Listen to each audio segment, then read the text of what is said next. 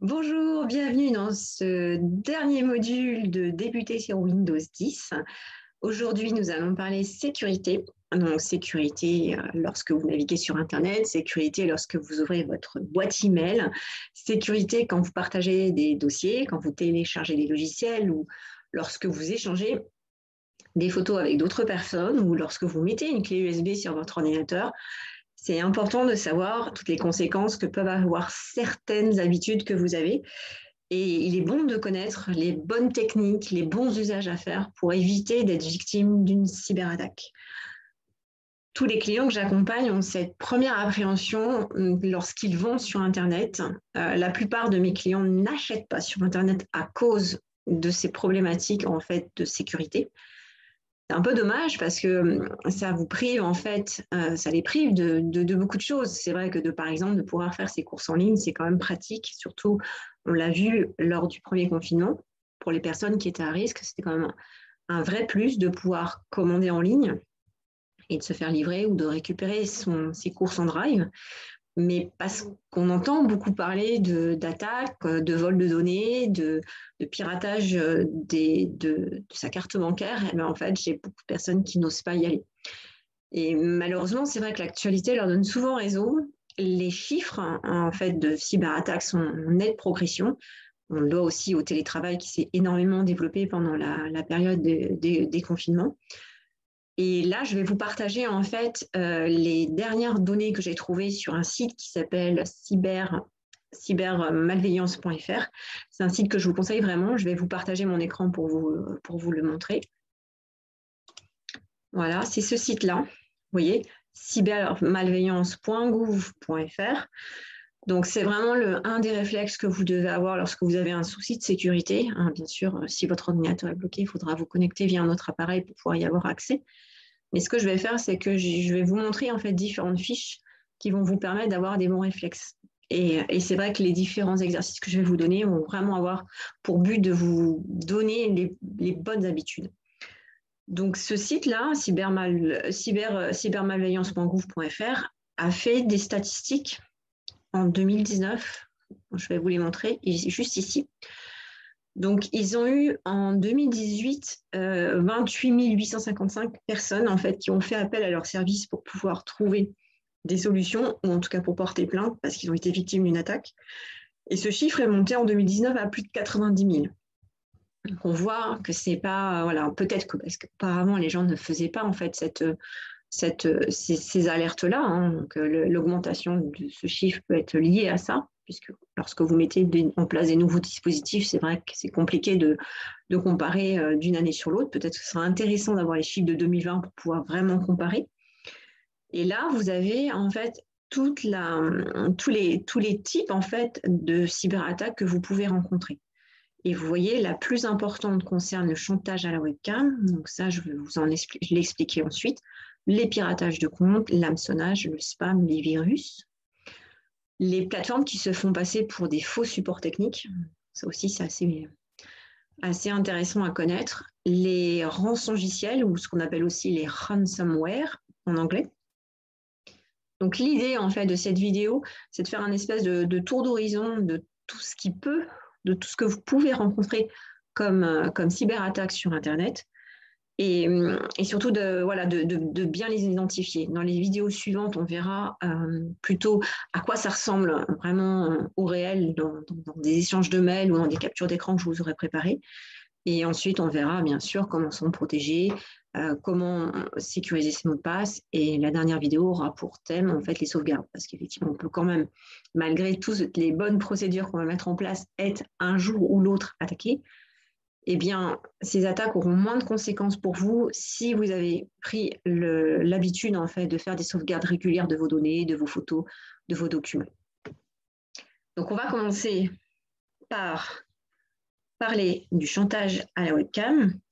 Et vous voyez qu'il y a beaucoup de termes qui sont d'origine anglophone, donc ça me semblait important de refaire un petit tour d'horizon. Donc, vous avez peut-être déjà utilisé votre webcam. Vous voyez, c'est grâce à ma webcam que j'arrive à faire ces ces échanges-là. C'est grâce à ma webcam que j'arrive aussi à échanger avec mes clients lorsqu'on fait des visioconférences. Donc, une webcam, c'est utile.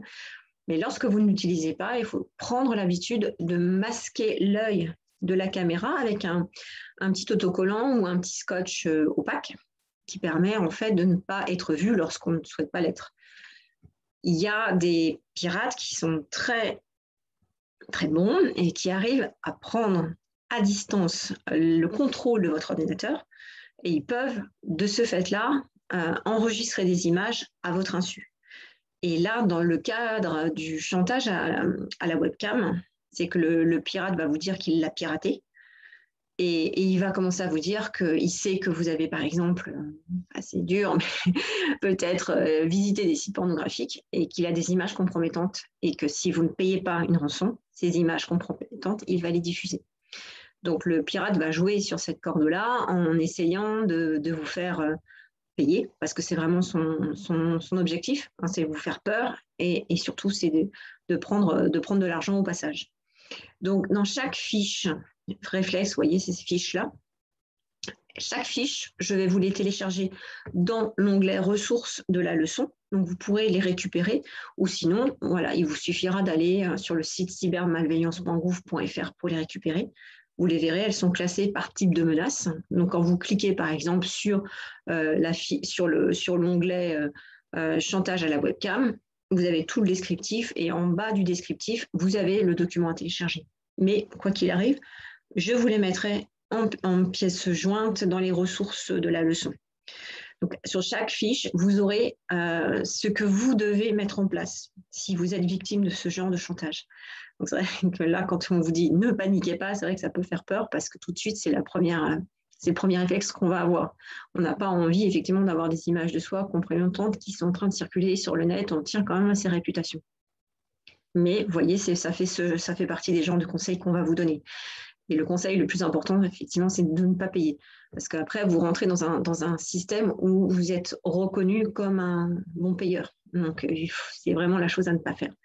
De conserver les preuves, de changer vos mots de passe, de contacter votre banque au cas où vous ayez quand même payé la rançon dans un moment de panique et de déposer plainte.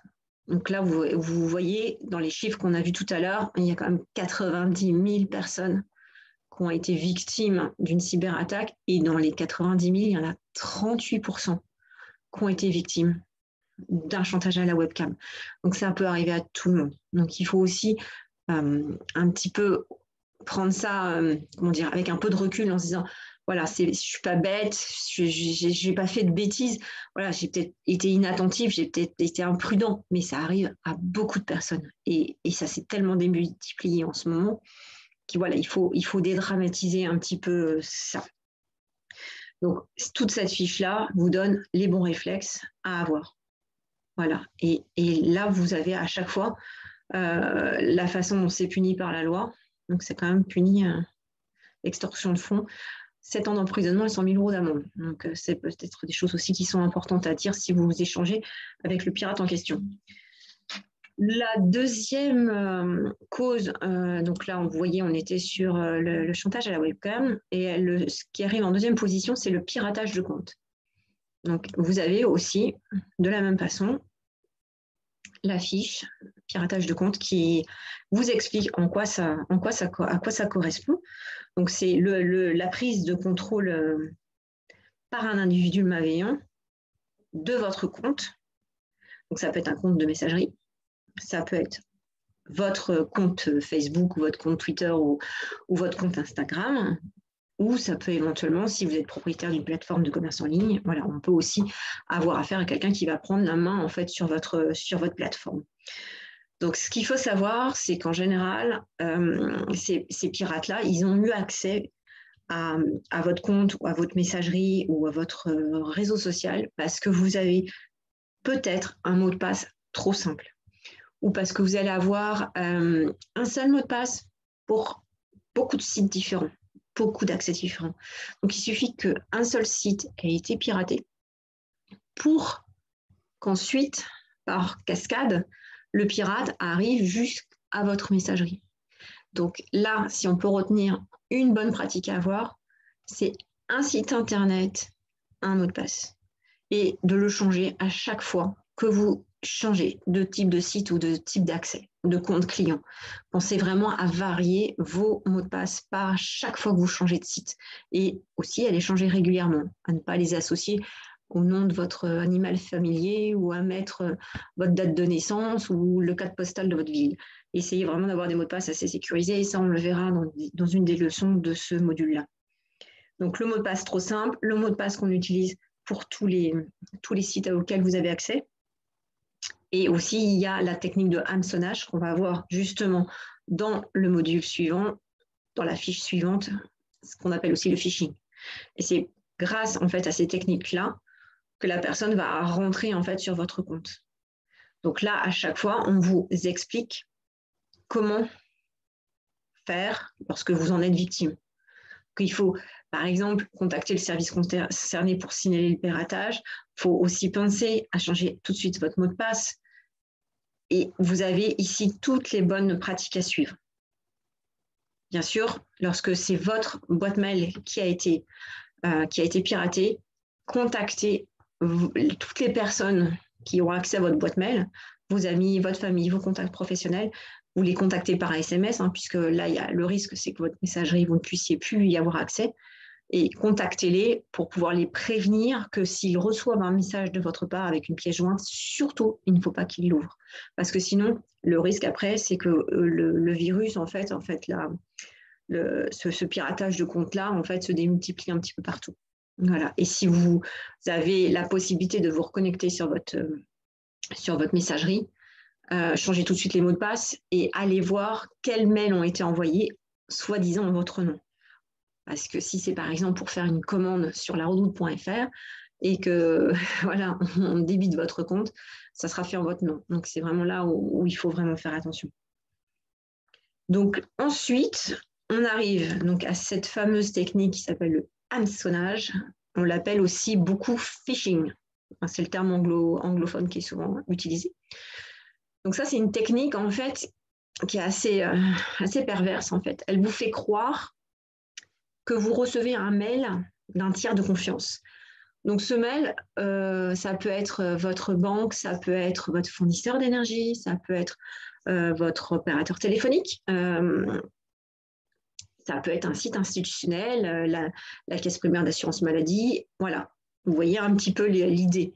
Ils vont utiliser un mail en copiant le logo du site institutionnel. Ils vont vous expliquer qu'ils doivent absolument récupérer votre mot de passe pour X raisons, que vous devez les recontacter parce qu'ils vous doivent de l'argent et que ce serait bien que vous les recontactiez rapidement pour leur donner vos coordonnées bancaires pour qu'ils puissent bien sûr créditer votre compte.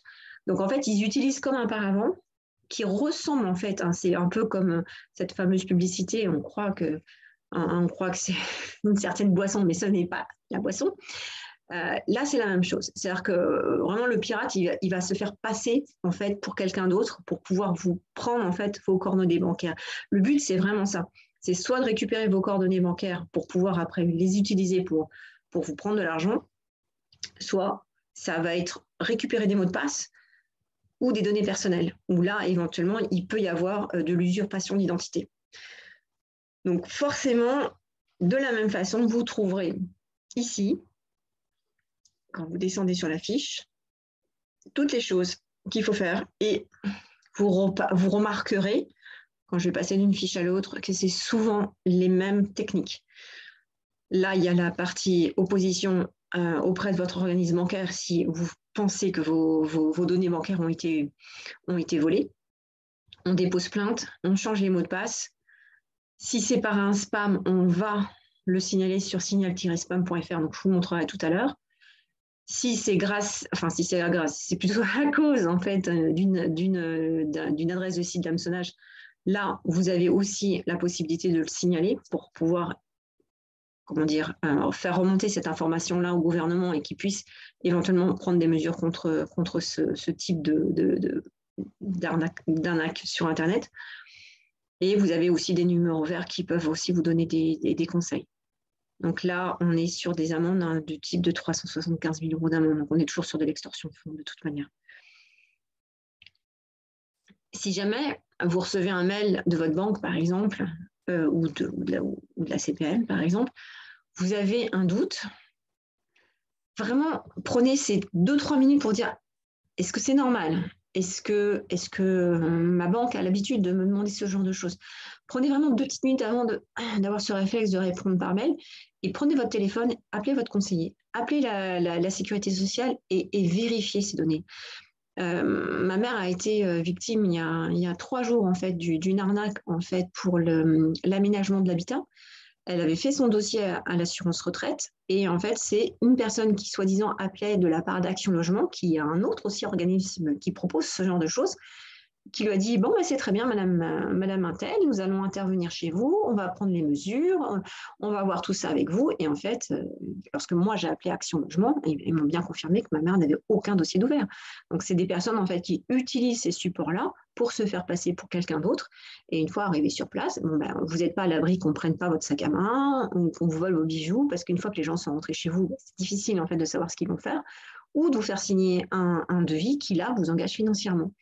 Donc, il ne faut pas hésiter en fait à appeler le vrai support en fait pour lequel se fait passer ce fameux pirate et de vérifier si c'est bien Action Logement ou si c'est bien la caisse d'assurance maladie qui demande vos coordonnées bancaires.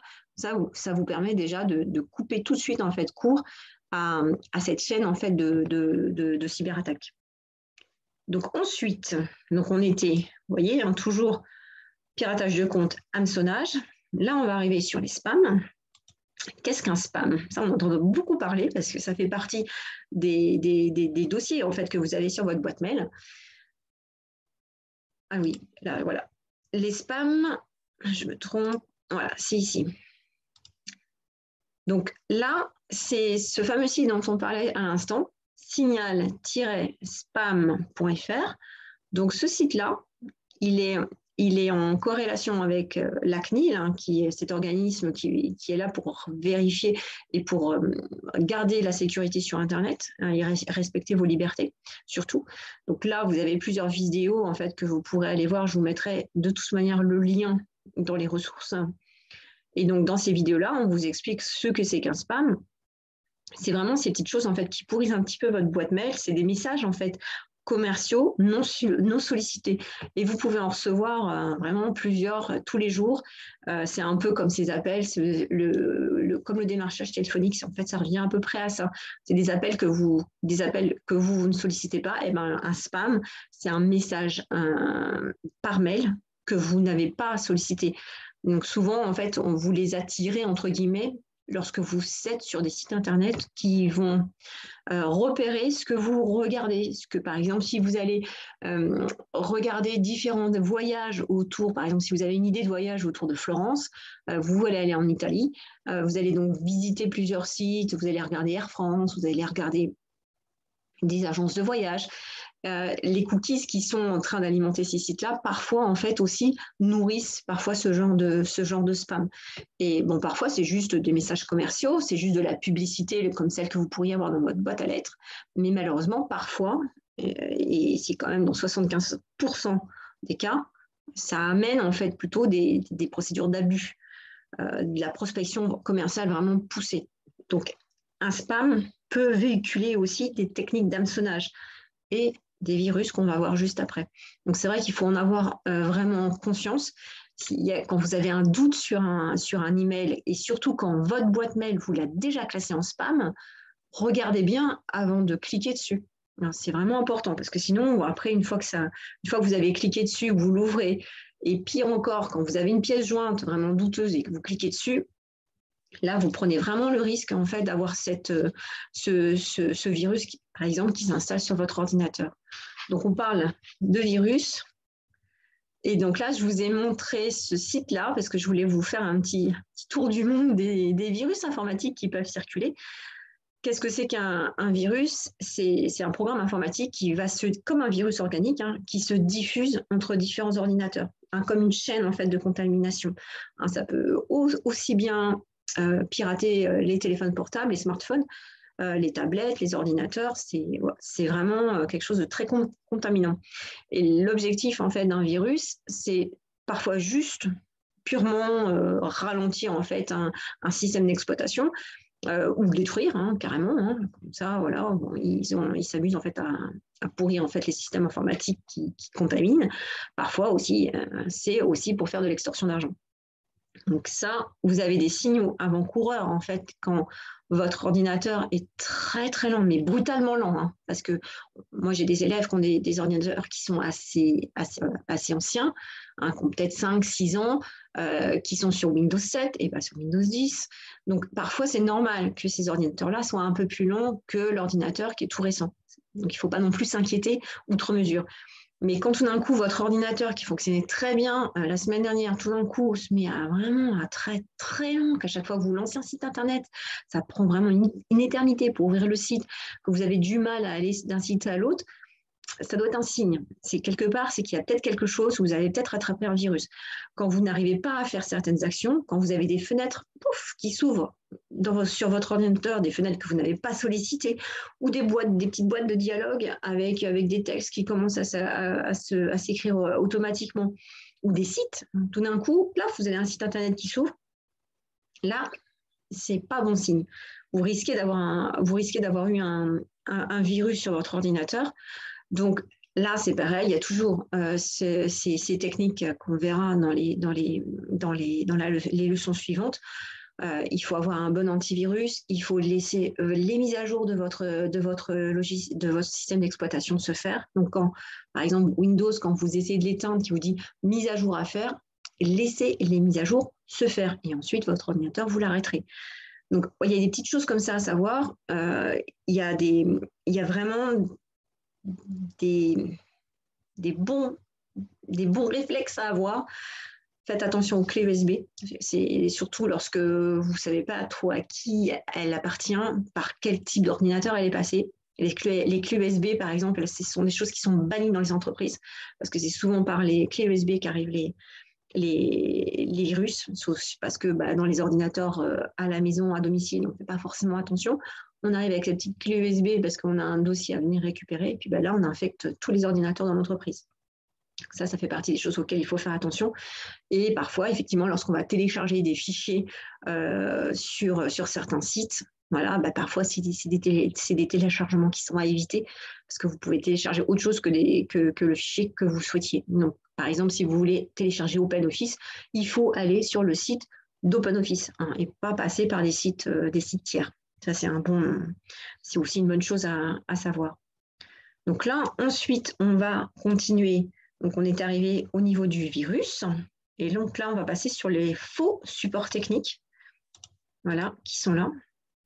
Alors ça, c'est pas mal aussi. C'est aussi un système bien huilé. Ça fait un peu penser effectivement à ce qu'on a vu précédemment. Donc là, en fait, on va effrayer l'utilisateur, c'est-à-dire la future victime, soit par SMS, soit par téléphone, soit par un email. Et ça peut être même tout d'un coup un message en fait, qui apparaît sur votre ordinateur quand vous l'allumez. Et en fait, cette alerte, ce mail, ce coup de téléphone va vous dire attention, vous êtes en train de rencontrer un problème grave de sécurité. Vous risquez de perdre vos données. Là, alerte sécurité. Vraiment, là, on vous dit que vous êtes en train d'avoir une attaque de virus ou un hameçonnage. Voilà, on va utiliser des termes techniques pour vous faire peur. Et qu'est-ce qui va se passer? Et là, vous voyez tout à fait le schéma de causalité qui va commencer à arriver. Et donc, vous avez cette fameuse fenêtre ou ce fameux mail douteux en vous demandant d'appeler un support technique. Et parfois, il va même prendre en fait l'apparence d'un support technique de Google, de Microsoft ou de Apple, si vous êtes sur Apple. Donc vous avez vraiment l'impression que vous avez affaire en fait à un support technique qui appartient au système d'exploitation que vous utilisez. Donc quelque part, vous vous dites j'ai de la chance, je suis attaqué, j'ai un virus, mais heureusement, Google, Apple ou Microsoft sont en train de me prévenir. Donc là, le bon réflexe, ce serait de fermer cette fenêtre. Et puis là, comme vous le voyez dans ce schéma-là, on dit super, ça y est, vous avez échappé au truc, mais parfois, on est dans la panique, on surréagit et on va ouvrir la fenêtre, on va appeler ce fameux support technique. Ce fameux support technique va commencer à vous expliquer qu'il va être obligé de faire une opération de sauvetage sur votre ordinateur. Ils vont parfois vous demander vos coordonnées bancaires en vous disant, ben voilà, c'est 59 € ou 180 €, peu importe la somme, mais ils vont vous demander de payer. Et parfois, ils vont vous demander de télécharger un logiciel antivirus sur votre ordinateur. Et c'est là où ça devient compliqué, parce que ça tombe, ils n'avaient pas du tout accès à votre ordinateur. Ils vous l'ont fait croire par le biais de ce message téléphonique, de ce SMS ou de ce courriel. Donc là, en les laissant, en leur donnant l'autorisation de télécharger en fait un logiciel sur votre ordinateur, c'est là que vous vous mettez en danger. Ou de la même façon, lorsqu'ils vont vous demander vos coordonnées bancaires, peut-être qu'ils vont les prendre et là, les utiliser pour autre chose que 59 ou 180 €. Donc, il y a vraiment un gros danger, non seulement de perdre vos données personnelles, parce que de toute manière, une fois qu'ils ont téléchargé ce fameux petit logiciel sur votre ordinateur, ils ont la main sur tous vos mots de passe. Ils ont éventuellement vos coordonnées bancaires si vous les avez enregistrées sur certains sites Internet. Ils peuvent récupérer vos accès à vos feuilles d'impôt, à votre compte de sécurité sociale, donc, puisqu'il y a beaucoup de choses maintenant qui sont sur informatique. Donc, vraiment, cette technique-là, elle est très perverse, puisque non seulement vous allez payer en croyant en fait vous sauvegarder d'une attaque, mais en fait c'est vous qui finissez par installer le logiciel malveillant sur votre ordinateur, et en plus vous prenez le risque de payer, et en plus de voir votre compte se faire débiter.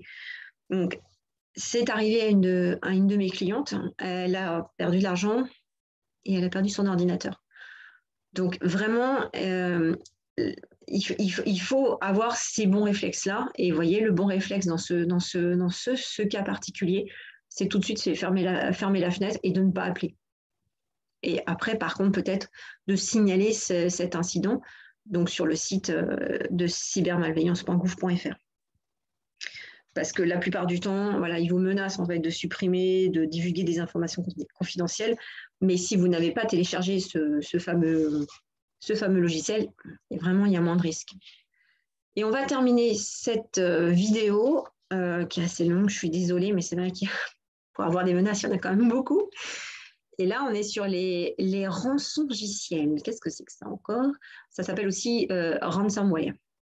Donc, les rançongiciels, vous voyez, ça a des noms quand même un petit peu étranges, hein, Crancab, Locar-Goga, WannaCry, NotPetya ou SamSam, voilà.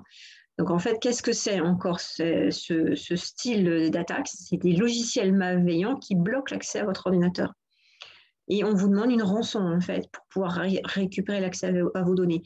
Donc, c'est la majorité des attaques, en tout cas pour les entreprises. Hein, les hôpitaux, dont je parlais tout à l'heure en début d'introduction, ont été victimes, en fait, de cette attaque-là, les rançongiciels. Donc, vous voyez, ça cible surtout les entreprises et les collectivités, mais ça peut aussi être ciblé les particuliers, quel que soit le type d'appareil et quel que soit votre système d'exploitation. Donc, ça l'infecte, ça crypte tous vos fichiers, et ensuite, on vous demande de payer pour pouvoir récupérer vos fichiers. Donc, forcément, comme tous les conseils que vous avez eus précédemment, on vous conseille de ne pas payer. Parce que même si vous réglez le montant de la rançon, vous n'avez aucune assurance que les fichiers vont être décryptés.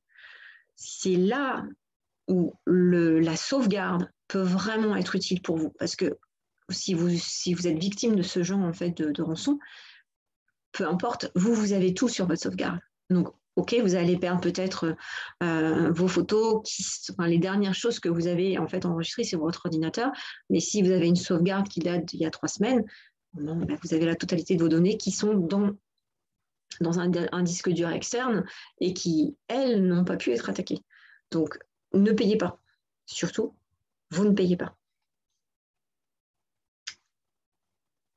Donc, je vais arrêter le partage de l'écran. Voilà. Merci de votre patience, merci de votre écoute. Je sais, ça fait beaucoup d'informations.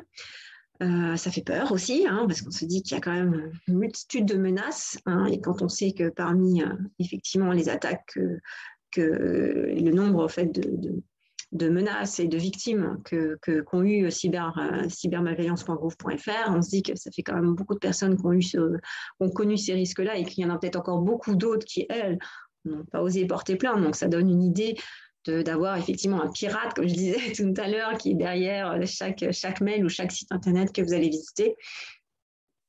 C'est pas vrai. Hein. Il y a des attaques, il y a des risques, mais il y a aussi des attitudes risquées. Donc là, on verra dans les vidéos suivantes à quoi peut ressembler ce genre d'attaque, hein, à quoi ça ressemble un fichier crypté, à quoi ça ressemble en fait une attaque sur votre réseau social, à quoi on voit qu'un mail en fait est frauduleux. Donc ça, on va voir des exemples dans la vidéo qui suit pour que vous ayez tout de suite en fait ce réflexe. Ah, là, c'est bizarre. Ça ressemble en fait au mail, ça ressemble au logo de ma banque, mais j'arrive pas, c'est pas comme d'habitude. Quand je regarde sur la barre de l'URL, il y a une faute d'orthographe. Il y a un petit caractère spécial. C'est étrange. Vraiment, l'objectif de ces vidéos, de ces derniers modules, c'est de vous alerter, de vous informer et de vous donner des bons réflexes et d'avoir les bonnes procédures à appliquer lorsque vous allez sur Internet. Merci de votre attention et à tout de suite dans la vidéo qui suit. Merci beaucoup.